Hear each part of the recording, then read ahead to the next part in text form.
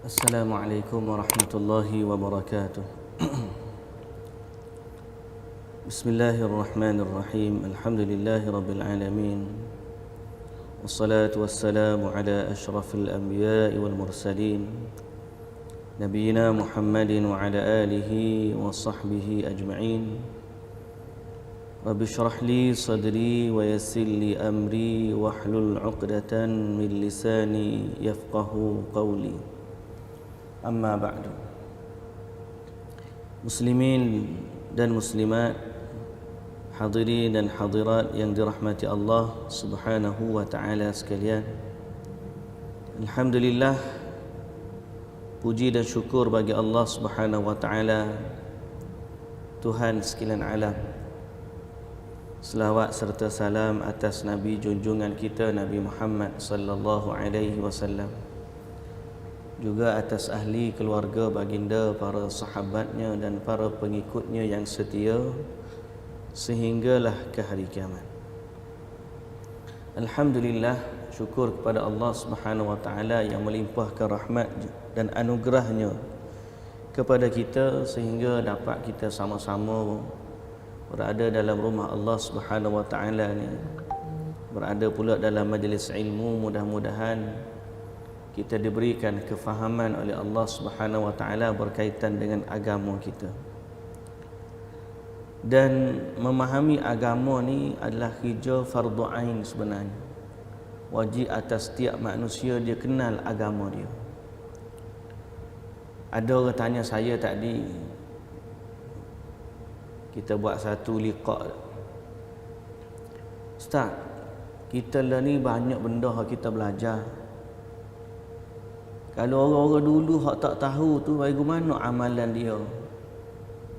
Nah, kadang-kadang dulu pun kita buat tanpa kita tahu. Lah ni bila kita belajar baru kita baiki balik amalan kita. Jadi wallahu taala alam. Allah Subhanahu wa taala ni dia perintahkan kita untuk bertakwa kepada Allah dengan kadar yang kita mampu. La yukallifullahu nafsan illa wus'aha. Dan Allah Ta'ala ataupun Nabi sallallahu alaihi wasallam sebut kepada kita, fattaqullaha mastata'tum. Hendaklah kamu bertakwa kepada Allah dalam kadar semampu yang kamu boleh. Jadi oleh kerana mungkin orang-orang dulu dia tak tahu, ataupun kita lah, bukan orang-orang dulu, kita dulu tidak tahu, lalu kita buat amalan-amalan dulu dalam keadaan tak tahu macam mana keadaan dia. Jawapan dia mudah-mudahan Allah Ta'ala terima dalam keadaan kita masa tu. Kita tak tahu, kita buat sekadar mana yang kita mampu masa tu, mudah-mudahan Allah terimalah. Moga kita tahap tu masa tu. Adapun zaman sekarang ni, saya kata saya bimbang. Saya bimbang, takut-takut kita payah nak bagi keuzuran kepada Allah untuk kata aku tak tahu. Sebabnya capaian ilmu di zaman kita ni tak seperti mana capaian ilmu di zaman dulu. Capaian ilmu di zaman kita ni lagi mudah daripada orang zaman dulu. Sampai-sampai sebahagian daripada hadis yang kita tahu hari ni ada di kalangan sahabat yang tak tahu pun. Maksud apa perkataan tu? Bukan makna kita lebih mulia daripada sahabat, tidak. Sahabat Nabi ni ada yang meriwayatkan beribu hadis, tapi ada yang meriwayatkan berpuluh hadis, dan ada yang riwayat beberapa hadis. Sehingga sebahagian daripada sahabat tak dengar akan hadis sebahagian yang lain, kerana boleh jadi mereka duduk jauh. Ada sahabat duduk di Syam lepas Nabi sallallahu alaihi wasallam wafat, mereka berhijrah. Hijrah tu bukan kerana nak tinggalkan Madinah, tidak, tapi kerana mereka ni keluar untuk menyebarkan risalah Islam kepada orang. Jadi ada sahabat pergi duduk di Syam, ada sahabat pergi duduk di Iraq, ada sahabat pergi duduk di Mesir. Sehingga kerja ulama-ulama hadis selepas daripada tu, Mereka ni pergi cari balik hadis-hadis ni, kumpulkan riwayat-riwayat hadis. Kalau tak jumpa sahabat, jumpa anak murid kepada sahabat. Kalau tak jumpa anak murid kepada sahabat, jumpa anak murid kepada anak murid sahabat. Sama ada mereka jumpa sahabat atau tabi'in atau tabi'ut tabi'in, mereka tanya, ada tak dengar hadis Nabi sallallahu alaihi wasallam? Sehingga akhirnya wujudlah kitab-kitab hadis yang dikumpulkan. Semisal Muwatta Imam Malik, seperti Sahih Bukhari, Sahih Muslim, Sunan Abu Dawud, Sunan At-Tirmidzi, Sunan An-Nasa'i, Sunan Ibnu Majah, Sahih Ibnu Khuzaimah, Sahih Ibnu Hibban, Musnad Imam Ahmad, dan juga banyak kitab-kitab hadis lain. Ulama compile, dapat kita tengok hadis Nabi sallallahu alaihi wasallam. Zaman tu, mari zaman kita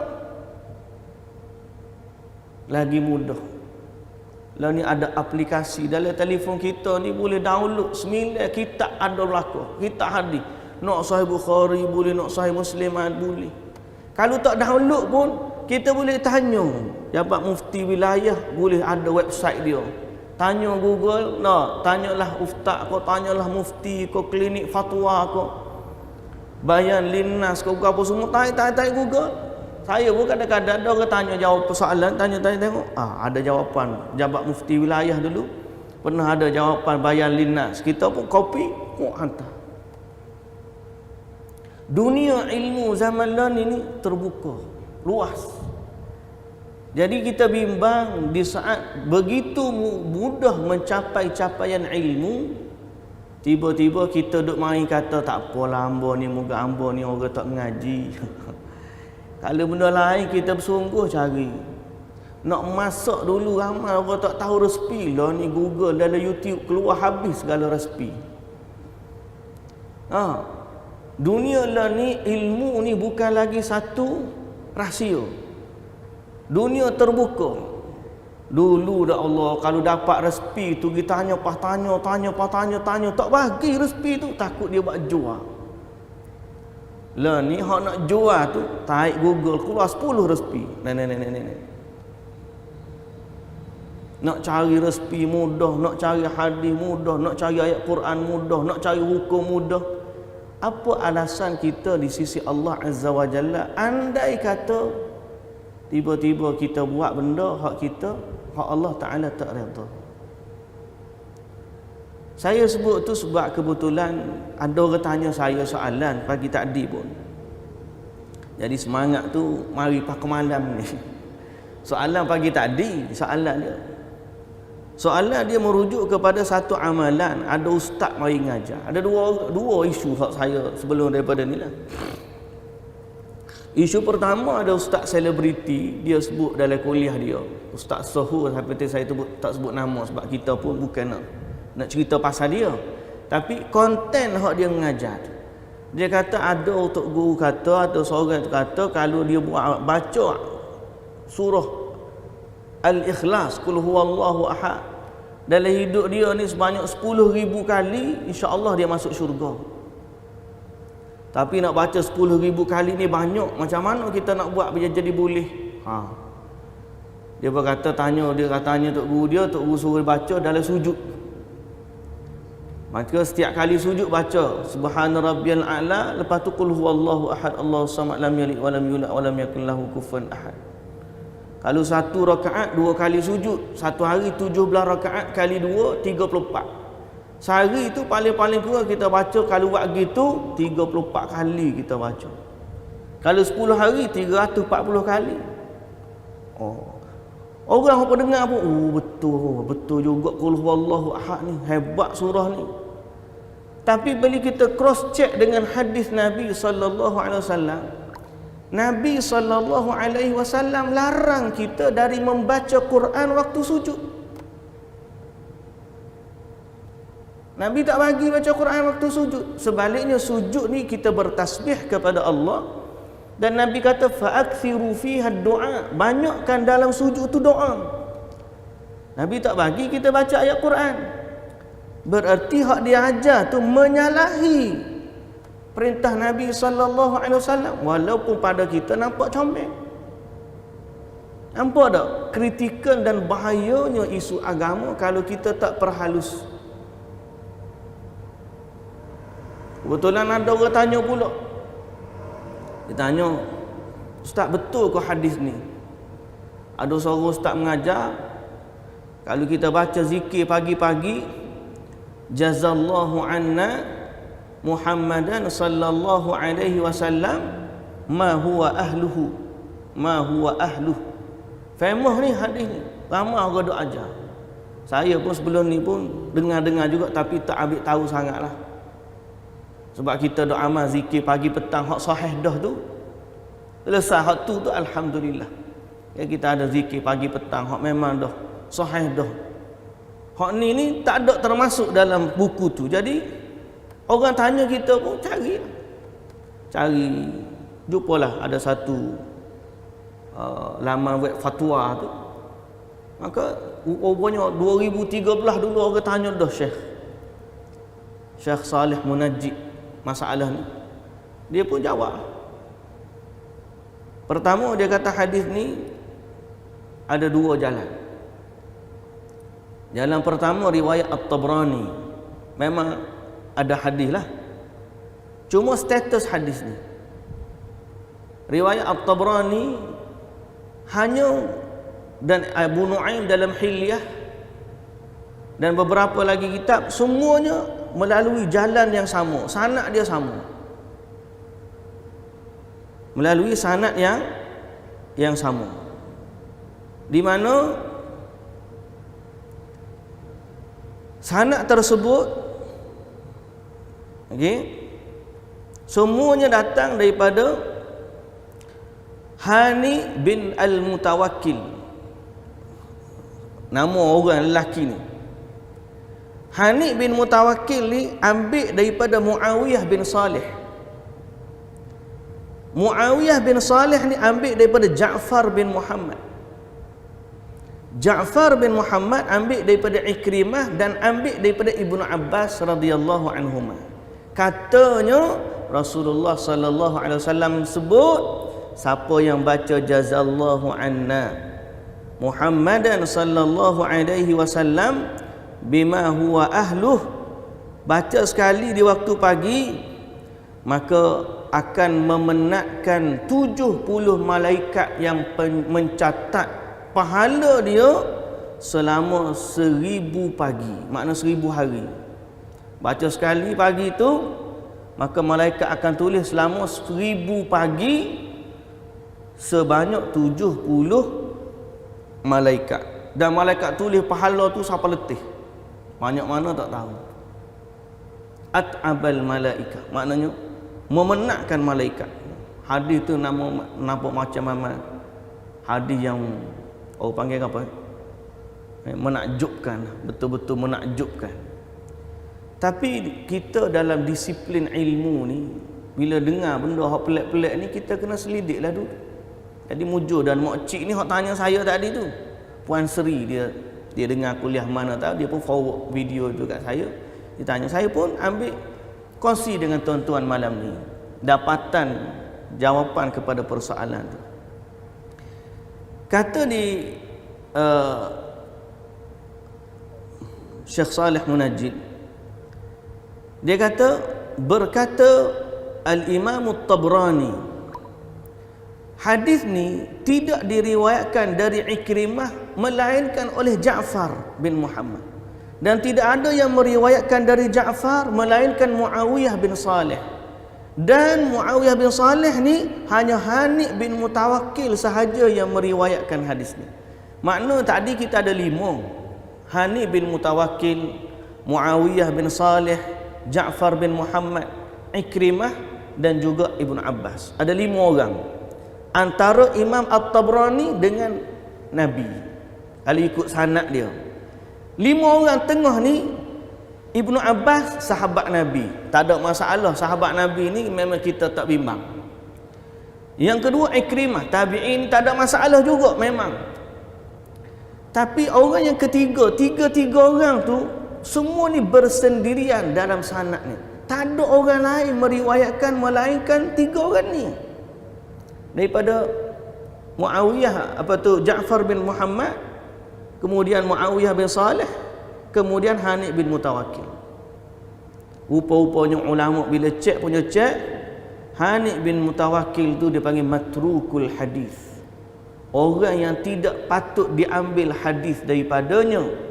Mana status hadis ni sangat-sangat lemah. Sangat-sangat lemah. Makna kebarangkalian dia daripada Nabi ini sallallahu alaihi wasallam sangat-sangat sedikit. Ni berkata Ibnu Hibban tentang lelaki ini, kanat tadkhulu alaihi almanakir wa kathurat.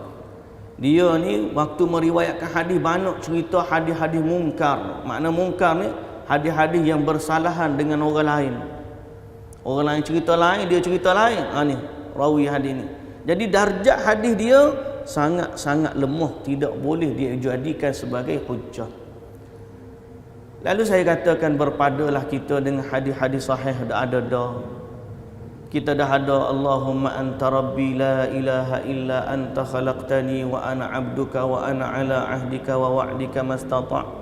A'udzu bika min syarri ma sana'tu abu'u laka bi ni'matika 'alayya wa abu'u bi dhanbi faghfir li fa innahu la yaghfiru dzunuba illa anta.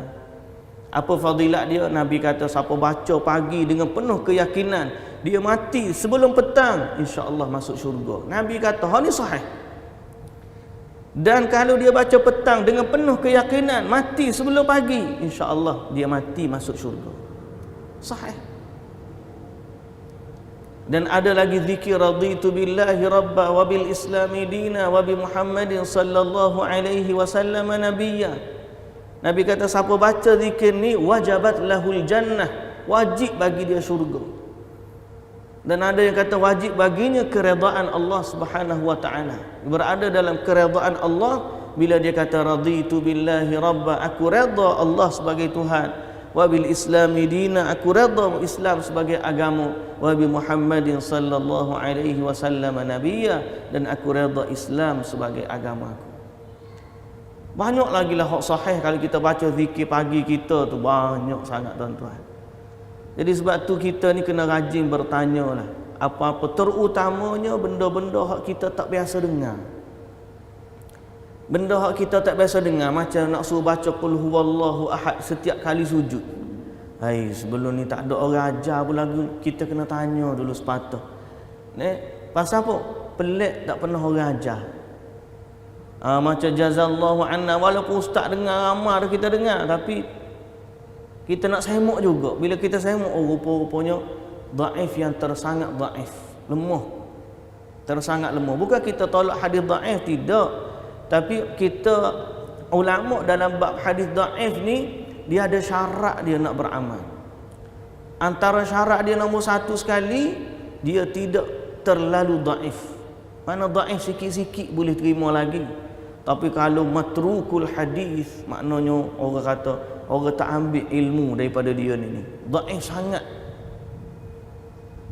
Syarat yang kedua, mesti bukan dalam bab akidah, dan dia berada dalam fadail a'mal.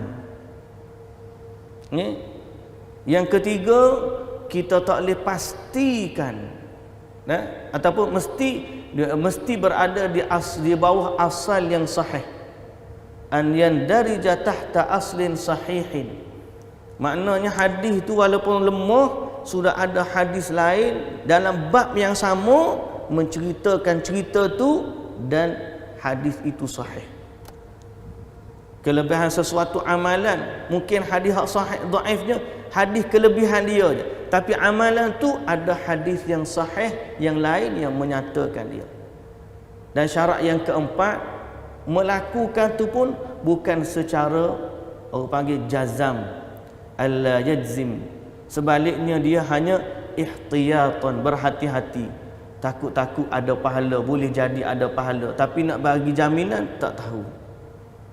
Itu syarat beramal dengan hadis dhaif.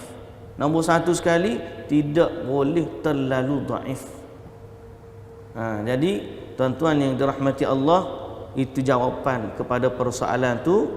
Wallahu ta'ala a'lam. Mudah-mudahan kita ni berpada dengan yang sahih daripada Nabi sallallahu alaihi wasallam. apa pun sebenarnya kita mesti kembali kepada manhaj dalam beragama. Apa makna manhaj dalam beragama ni tuan-tuan? Manhaj dalam beragama ni maknanya kita lihat agama kita ni melalui kacamata macam mana.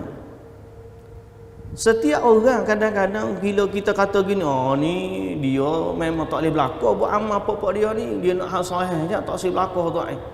Hak ni pula kata kita nak kafir juga walaupun hak dhaif gini. Tapi masalahnya kenapa siapa tinggal yang sahih ni? Hak ni pula mari seorang lagi kata kita tak perlu, tak apalah, tak ada hadis pun kita boleh buat amal juga. Hak tak ada hadis pun boleh buat amal, hak dhaif apa tak lagi. Mari seorang lagi dia kata ambo juga ya je demo nak percaya demo tak percaya ikut demo. Pernah dengar ayat lagu tu? Kalau kata lagu tu baik tak sengaja. Sebab kita ada tujuan dia menyampaikan sesuatu kepada masyarakat biar yang betul-betul sahih. Bukan sekadar mari nak dengar haluan hiburan telinga, habis waktu ikut demo lah, nak percaya tak percaya tu. Buat gapo mengajar lagu tu? Kita belajar tujuan dia nak menambahkan ilmu. Kita belajar nak menambahkan kedekatan kita kepada Allah. Kita belajar nak membezakan mana yang sahih dengan mana yang tidak sahih. Mana yang hak, mana yang batil. Mana yang benar, mana yang salah. Itu tujuan kita belajar. Kalau bila habis di hujung belajar, Tok Guru kata, pandai-pandai demo lah. Kalau demo nak percaya, ikut. Percaya pun boleh. Tak percaya pun tak apa. Tu level cerita dongeng ya. Bukan level kuliah di masjid tu. Kalau buat lagu tu di kuliah masjid, pas ni ahli masjid kena potong lalu dah nama kalau jenis lagu tu lah. Nah, sebab kita belajar untuk menambahkan ilmu dan mendekatkan diri kepada Allah Subhanahu wa taala. Jadi kacamata macam mana yang kita nak tengok agama kita. Sebab walaupun kita masih berbeza macam-macam ni, setiap orang dia akan kata dia lah betul. Hak ni tak pelik tuan-tuan yang dirahmati Allah. Sebab Allah Subhanahu wa taala pun sebut dalam surah Ar-Rum ayat 31 dan 32. Allah Taala kata wala takunu minal musyrikin minal ladzina farraqu dinahum wa kanu syi'a kullu hizbin bima ladaihim farihun. Allah Ta'ala kata surah Rum ayat 31 dan 32, dan janganlah kamu termasuk orang-orang yang mempersekutukan Allah, iaitu orang-orang yang memecah belahkan agama mereka dan mereka menjadi beberapa golongan. Allah Ta'ala kata ni, orang musyrikin dulu-dulu mereka ni terpesong daripada agama, mereka berpecah daripada agama yang asal. Tetapi kullu hizbin bima ladaihim farihun, tiap-tiap golongan merasa bangga dengan apa yang ada pada golongan mereka. Dia pecah, hak puak ni kata dia betul, tanya puak ni kata dia betul, tanya hak tu pun kata dia betul. Hak kata tak tahu ikut demo lah, nak dengar apa boleh, tak sedengar apa tak apa, dia kata dia pun betul. Walaupun penghujung dia kata hamba tak tahulah betul ke salah, hamba je nakal je, hamba je royak je. Tapi bila kita tanya mana betul, hamba lah. Pasal apa?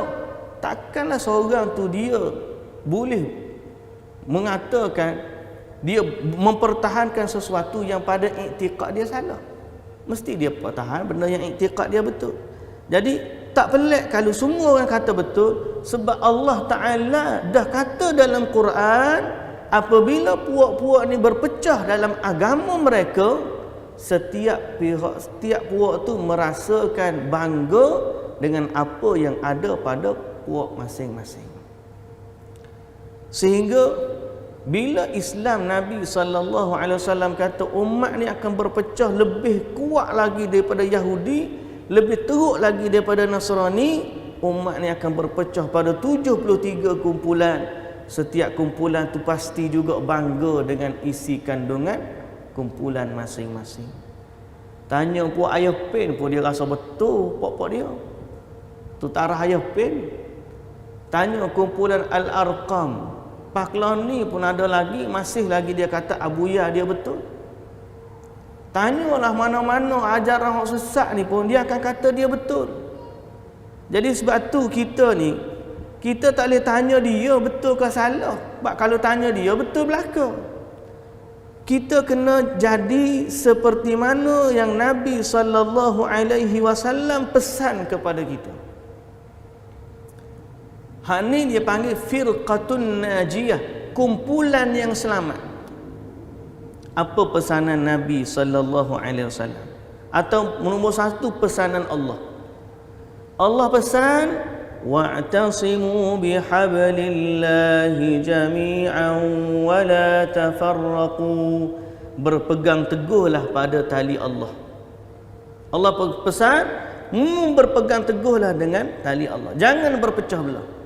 Nabi SAW pula pesan dalam hadis riwayat An-Nasa'i dan juga At-Tirmidzi, dan Tirmidzi kata hadisun hasanun sahih, bahawa Nabi SAW berpesan, aku wasiatkan kepada kamu.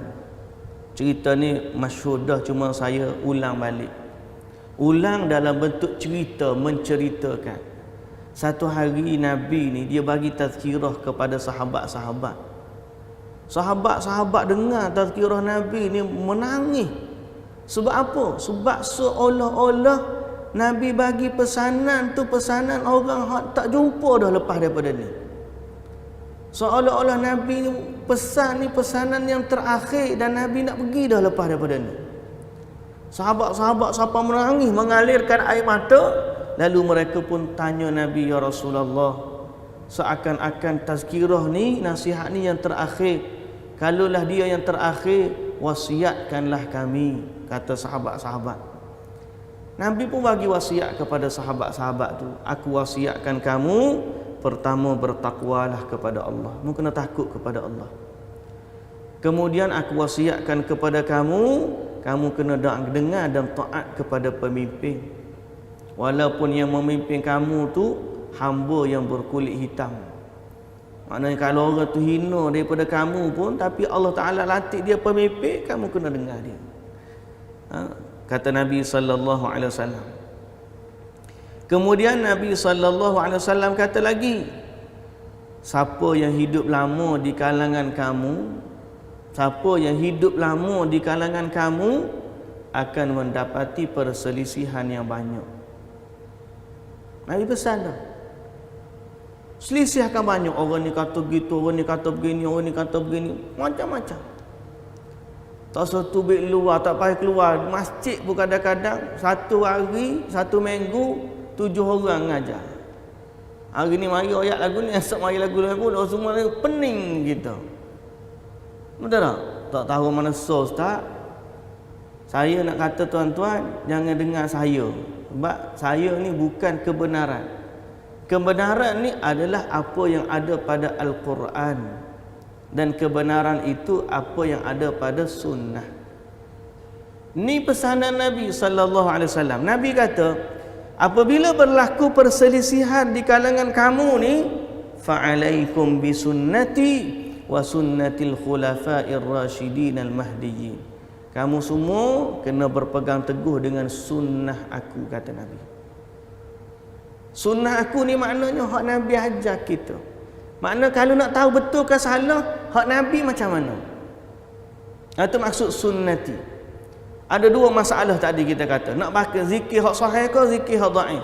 Kita kata hak sahih ni sahih daripada Nabi. Hak ni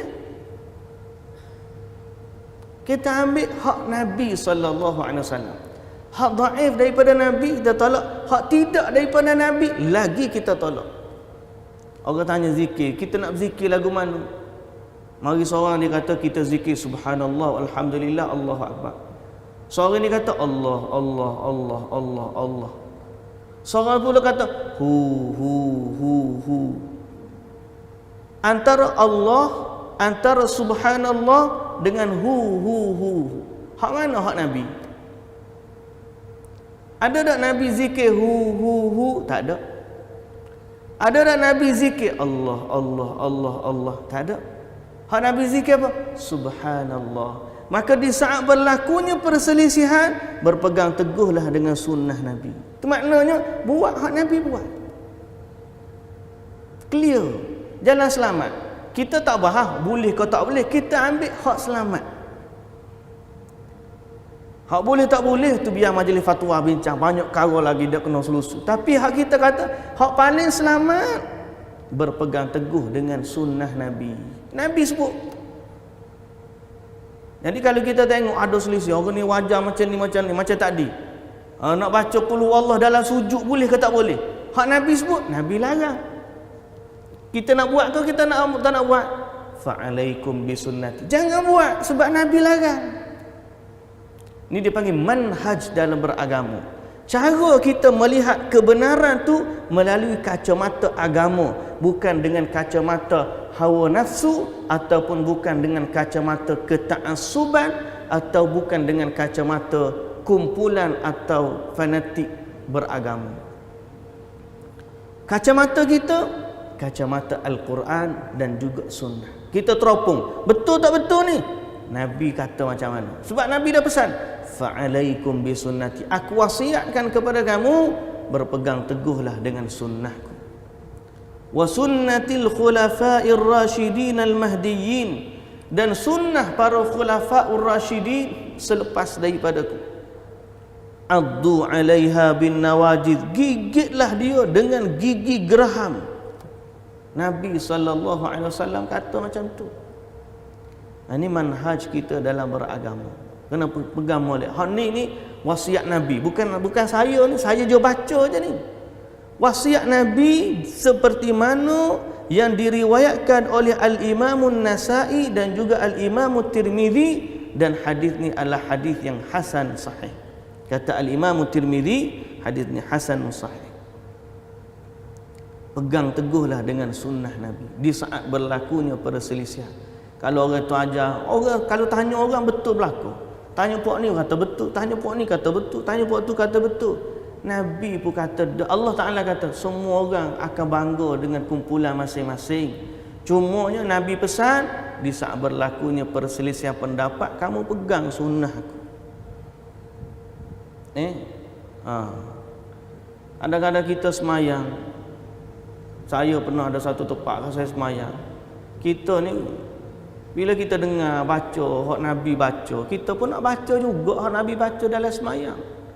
Seperti contoh bila kita baca doa dalam iktidal. Sami'allahu liman hamidah, Rabbana walakal hamd. Boleh baca? Boleh. Ada lagi tak hak Nabi baca lain? Ada. Hamdan kathiran tayyiban mubarakan fih. Ada lagi tak Nabi baca? Ada.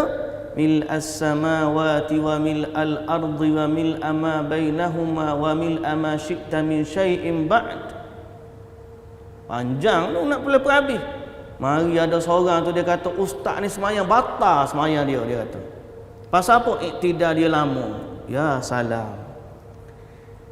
Dia kata ustaz semayang batal. Pasal apa? Dia nak rokok, dia nak sujud cepat.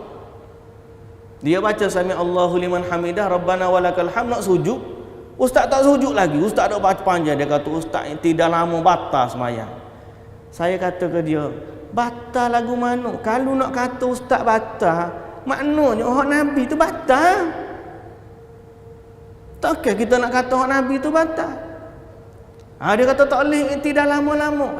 Dalam hadis riwayat Al-Imamul Bukhari, Anas bin Malik, seorang sahabat Nabi kata, Nabi semayang iktidal Nabi ni lama, seakan-akan kami mengira Nabi lupa untuk sujud.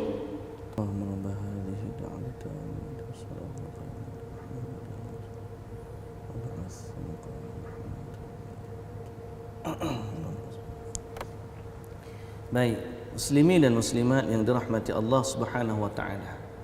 Maka sebab tu kita kata dalam beragama ni, cara kita memandang, memahami agama mesti kembali kepada kebenaran yang mana Allah Ta'ala sebut al-haqqu mir rabbik. Kebenaran ni benda yang datang daripada Allah. Kalau mari daripada poket kita, kita jenamakan dia sebagai kebenaran, kita bimbang, kita berkata sesuatu atas nama Allah secara dusta. Ini yang berlaku kepada orang-orang Yahudi dan Nasrani. Yahudi dan Nasrani, apa yang dia buat? Zaman dia, Pok Ria ni dia tak ada hadis palsu, dia ada kitab palsu. Macam mana kitab palsu? Kitab hilang daripada dia. Kemudian dia tulis kitab dengan tangan dia, dengan kepala otak dia, lalu dia kata inilah kitab Allah. Allah Ta'ala sebut dalam surah Al-Baqarah, fawailul lilladzina yaktubuna al-kitaba biaydihim thumma yaquluna hadha min indillahi liyashtaru bihi thamanan qalila fawailul lahum mimma katabat aydihim wa wailul lahum mimma yaksibun.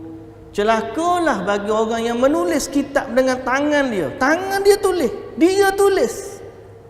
Benda tak mari daripada Tuhan, dia tulis, dia yang tulis. Papa siapa dia tulis? Thumma yaquluna hadha min indillah. Lepas dia tulis, dia kata ni hak Allah Ta'ala wayat. Padahal dia je tulis.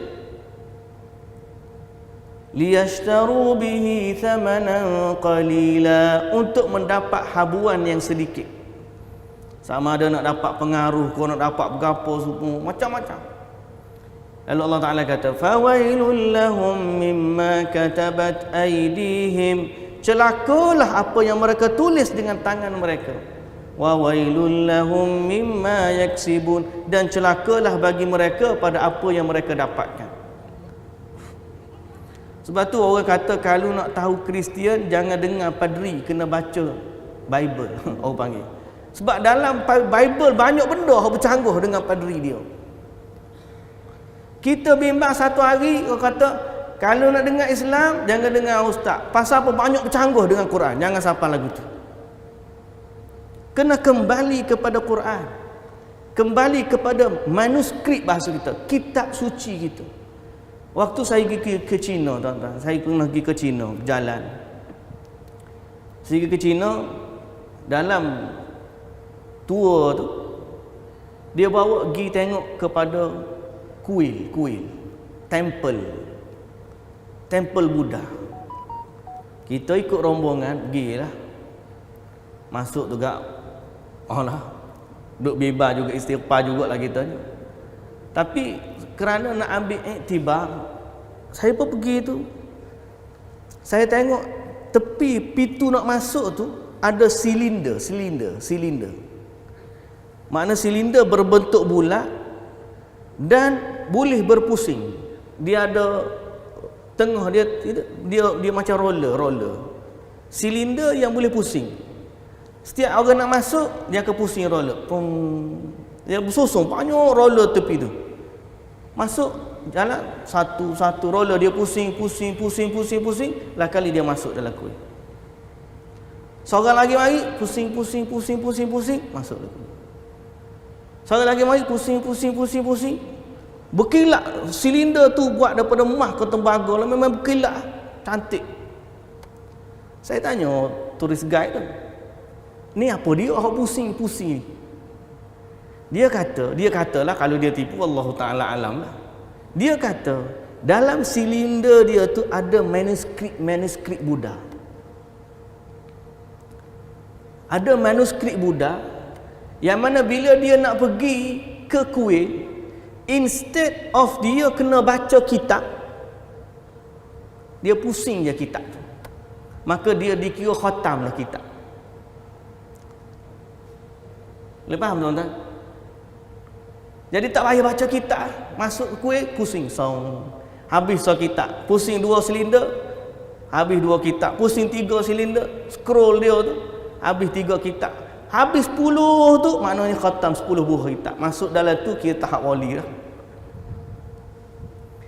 Apa sebenarnya yang berlaku sebenarnya pada kita?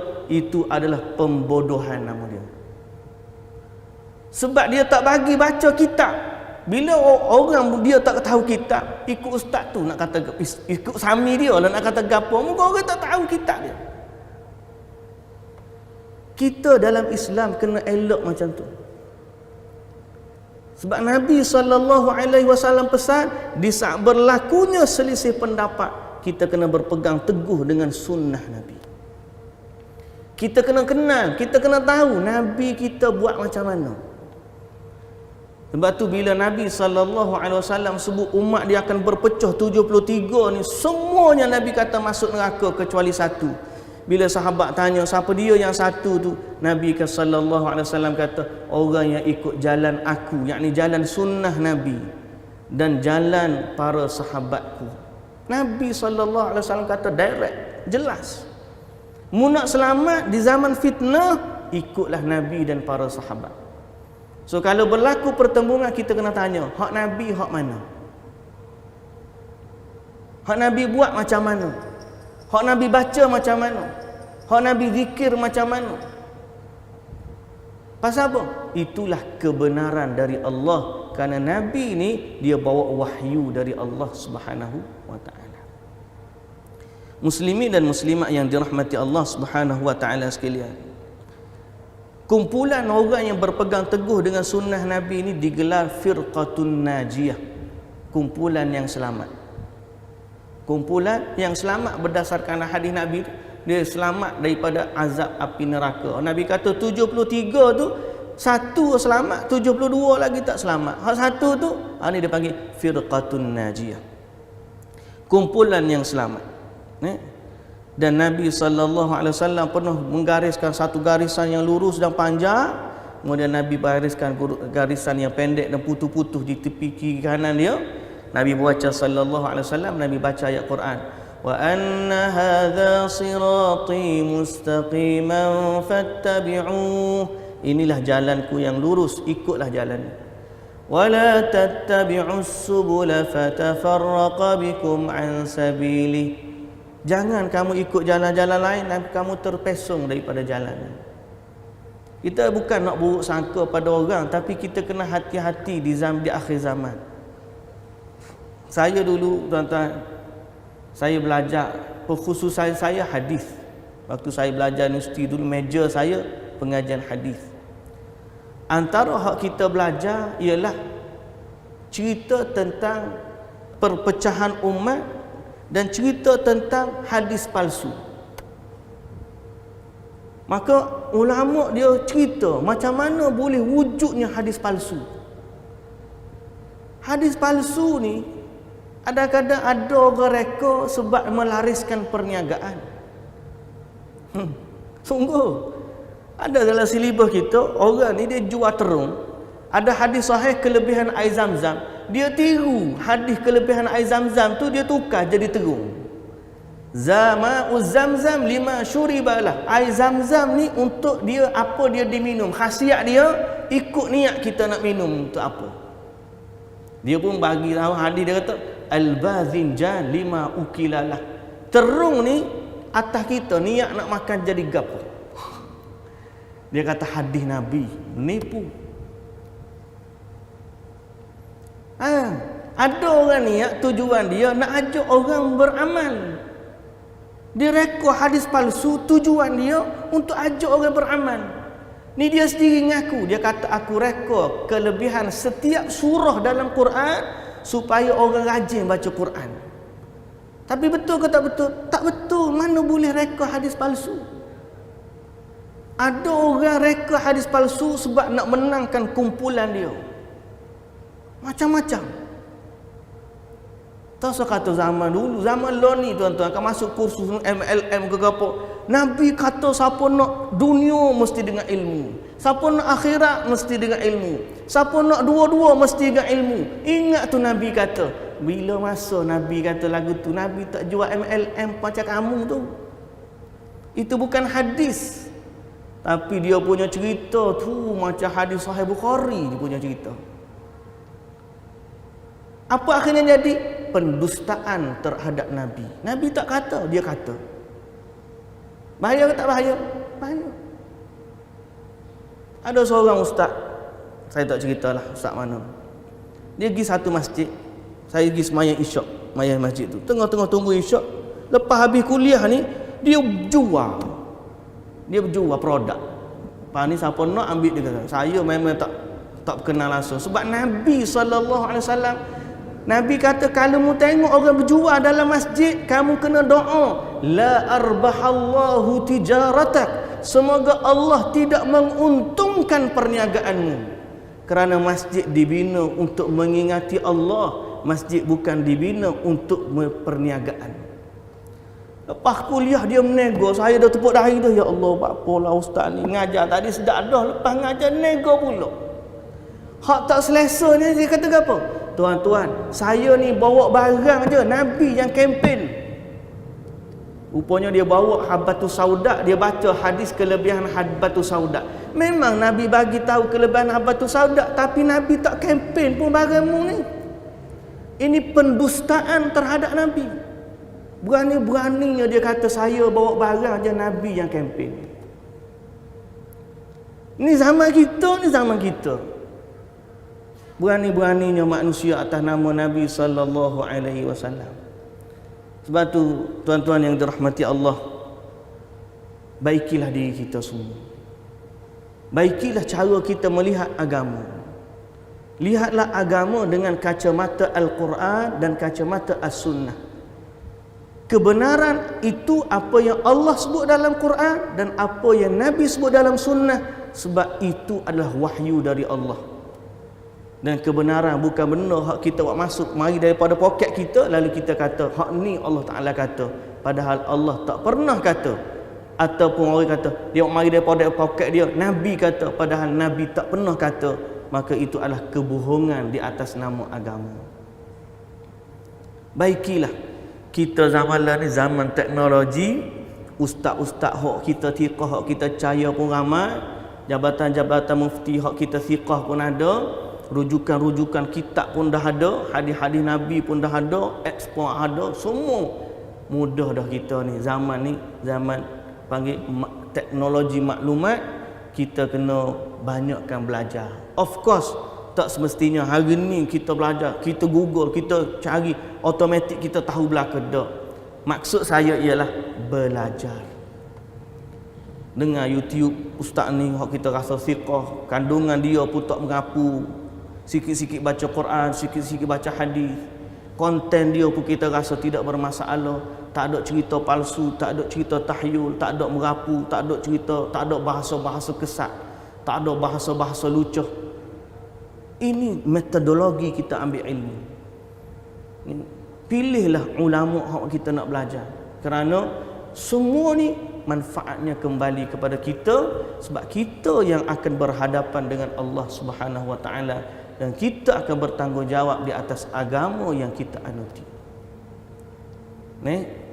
Homework ni bukan homework sehari dua, homework seumur hidup. Kerja rumah kita semua. Mudah-mudahan Allah Subhanahu Wa Taala memberikan kebaikan kepada kita semua. Dan untuk tahu kumpulan yang selamat ni, dia ada ciri-ciri dia. Ada rezeki kita baca semula, kita sambung semula. Ciri-ciri golongan yang selamat, macam mana mereka dengan hadis Nabi dan macam mereka dengan sunnah Nabi sallallahu alaihi wasallam. Wallahu taala alam. Subhanakallahumma wa bihamdika asyhadu an la ilaha illa anta astaghfiruka wa atubu ilaik. Aqulu qawli hadza wa astaghfirullahal azim li wa lakum. Wassalamu alaikum warahmatullahi wabarakatuh.